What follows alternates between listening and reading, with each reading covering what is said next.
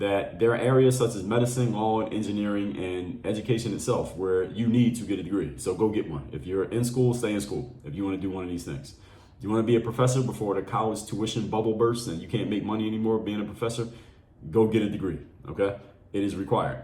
Otherwise, for most of the rest of you, you are in some way, shape, or form getting scammed. I suggest that you start scamming back. That's what I suggest.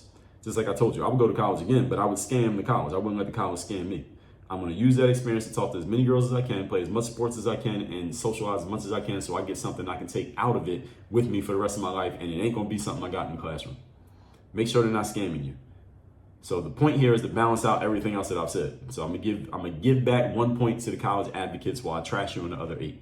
So there are certain careers for which a degree is necessary, and you should aspire to go to school, maybe even extra school, just to get the degree. You want to be a doctor? Okay, go to school. Just make sure you want to be a doctor, because once you are in it, you're going to be in school till you're fucking 30. Okay, you better make sure you want to be a doctor. All right, because that's a lot of money you got to pay that.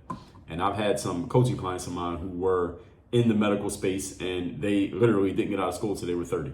And this is straight from high school to college. All right, so it takes a long time and it's a lot of money. So make sure that's what you really want to do. Lawyers, same thing. Lawyers is not as much time, but it's a similar situation. And I know college professors, same thing. Went and got advanced degrees so they can get higher level jobs. Make sure that's what you want to do, because you're sinking a lot of costs into that you can't recoup if you decide to get out. Now, if you decide to get out, you don't really get anything for it. Maybe a good story, hopefully. But depending on what you want to do, make sure you're making a decision. Making sure you're making a decision you're going to stick with, because you got to live with that. And you can drop out of the industry, but damn, all that sunk cost. It's hard for human beings to reconcile that. So I've heard many stories.